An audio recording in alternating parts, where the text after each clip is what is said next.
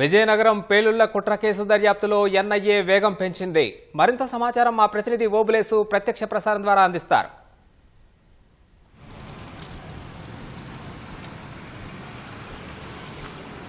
విజయనగరం జిల్లాలో పేలుళ్ల కుట్ర కేసు సంబంధించి ఎన్ఐఏ బృందము తమ విచారణను వేగవంతం చేసింది. అయితే ఎవరైతే ఈ కుట్ర కేసులో ప్రధాన నిందితులుగా ఉన్నారో సిరాజు, అతని స్నేహితుడు సమీర్ని మరింత లోతుగా విచారించేందుకు ఎన్ఐఏ అధికారులు ఇప్పటికే నిన్నటి ఉదయం విజయనగరం చేరుకొని విజయనగరం 2వ పట్టణ పోలీస్ స్టేషన్లో రాత్రి 12 గంటల వరకు కూడా సమాచారం సేకరించి తదితర స్థానిక అధికారులను కూడా విచారణ చేయడం జరిగింది.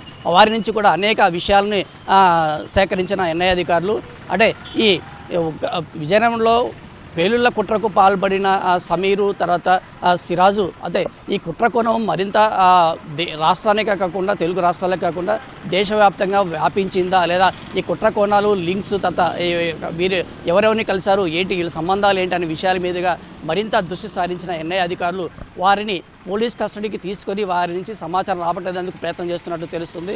ఇప్పటికే మొదటి రోజు పూర్తి సమాచారాన్ని పోలీసుల ద్వారా 2వ పట్టణ పోలీసుల ద్వారా సేకరించిన ఎన్ఐఏ అధికారులు ప్రస్తుతము ఎవరైతే విశాఖ జిల్లా కేంద్ర కారాగారంలో 14 రోజుల రిమాండ్ కస్టడీలో ఉన్నారో వారిని నిందితులు ఇద్దరిని కూడా అదుపులోకి తీసుకుని వారి నుంచి మరింత సమాచారం రాబట్టేందుకు ఎన్ఐఏ అధికారులు కృషి ప్రయత్నిస్తారు. అందుకోసమే ఈరోజు కూడా ఈ ఎన్ఐఏ అధికారులు హైదరాబాద్ నుంచి నిన్నటి రోజు వచ్చిన ఎన్ఐఏ అధికారులు విజయనగరంలో తిష్ట వేయడం జరిగింది.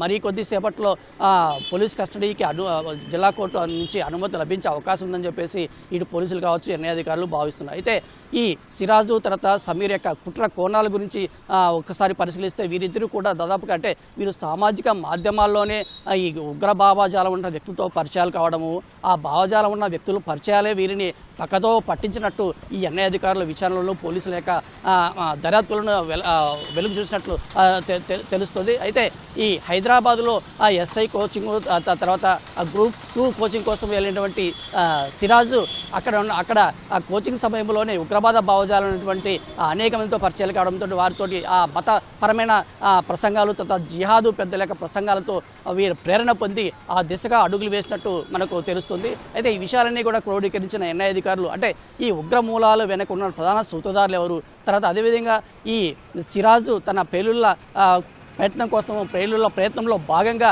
ఈ పేలుళ్ల పదార్థాలు సేకరించడము, తర్వాత వాటి ఎక్కడ పేల్చాలి, తర్వాత ఏ విధంగా తయారు చేయాలనే అంశాలన్నీ కూడా సౌదీలో ఉన్నటువంటి బీహార్ చెందినటువంటి ఒక ఉగ్రవాదులు ఉన్న వ్యక్తి నుంచి సేకరించినటువంటి ఆయన ఉన్నటువంటి మూలాలు ఏంటి, తర్వాత ఆయన ఎక్కడెక్కడ దేశంలో నెట్వర్క్ నిర్వహిస్తున్నారు, ఆ నెట్వర్క్ ఉన్నట్టు ప్రధాన బాధ్యత, తర్వాత వీళ్ళ స్టెప్ అంటే ఉగ్రవాద భావజాలం ఉన్న వ్యక్తుల తర్వాత సిరాజు తర్వాత సమీర్ కొన్ని సలహాలు సూచనలు అందించిన వ్యక్తులు మరిన్న ప్రాంతాల్లో పేలుళ్లకు పాల్పడే అవకాశం ఉందా లేదా, ఎక్కడైనా నెట్వర్క్ సంబంధించిన కార్యకలాపాలు విస్తరించాలనే అంశాలపైన కూడా ఈ ఎన్ఐఏ అధికారులు పూర్తి స్థాయిలో దృష్టి సారించడం. ఆ అంశాలన్నీ కూడా ఈ వీరిద్దరు ఎవరైతే ప్రస్తుతం విశాఖ జిల్లా కేంద్ర కారాగారంలో రిమాండ్లో ఉన్నటువంటి సిరాజు సమీర్ నుంచి సమాచారం సేకరించేందుకు ఎన్ఐఏ అధికారులు వేచి ఉన్నారు. ఈ మేరకు ఇప్పటికే మొదటి రోజు పూర్తి సమాచారం సేకరించిన ఎన్ఐఏ అధికారులు వీరి కస్టడీ తర్వాత వారి పూర్తి స్థాయి సమాచారం సేకరించేందుకు ప్రయత్నం జరుగుతున్నట్టు తెలుస్తుంది. అయితే ఈ పూర్తి స్థాయి విచారణలో వారి వద్ద నుంచి సమాచారం సేకరించిన తర్వాత ఈ కేసు పూర్తిగా 2వ పట్టణ పోలీస్ స్టేషన్ నుంచి కూడా ఎన్ఐఏ అధికారులకు బదిలీ అవకాశం ఉన్నట్లు తెలుస్తుంది. OT studio.